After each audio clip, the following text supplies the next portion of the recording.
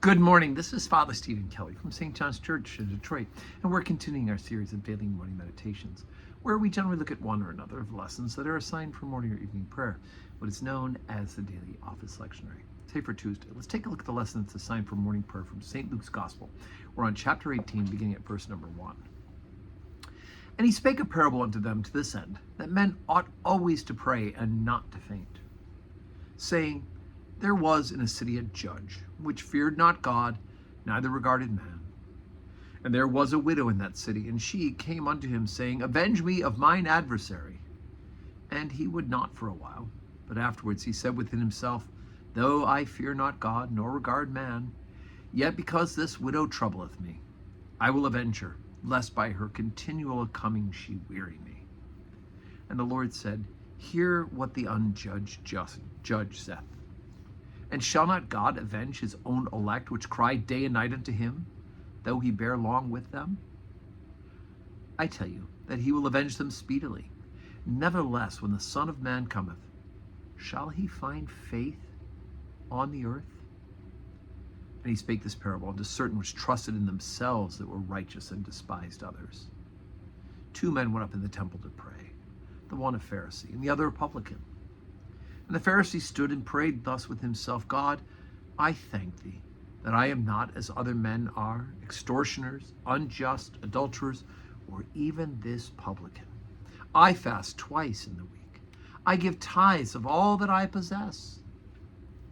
And the publican, standing afar off, would not lift up so much as his eyes unto heaven, but smote upon his breast, saying, God, be merciful to me, a sinner. I tell you, this man went down to his house justified rather than the other. For every one that exalteth himself shall be abased, and he that humbleth himself shall be exalted. Okay, the first part, again, simple lesson. We need to be like that judge, right? Even though that judge didn't fear God or fear man, he just didn't want to have, he said, I'm just going to give in to this widow because she just keeps bothering me, right? And if this is true with the unjust, right, and the unbelieving, then how could God be any less, right? We just keep bringing our prayers to God. Now, God, the answers aren't always yes. They aren't always exactly the way we want them. But God does hear our prayer. He does intervene in those situations. And our job is to continually pray, to glorify him, to pray and to intercede again and again and again, to pray at all times. And then, of course, the story of the Pharisee and the publican. We do this on a Sunday as well at St. John's Church. But, you know, the Pharisee's doing a lot of the right things, right? He's not being sinful like some of those other folks he names out. He fasts twice a week. He gives tithes, right? All that is good stuff. The problem is he's letting God know just how great he is, right?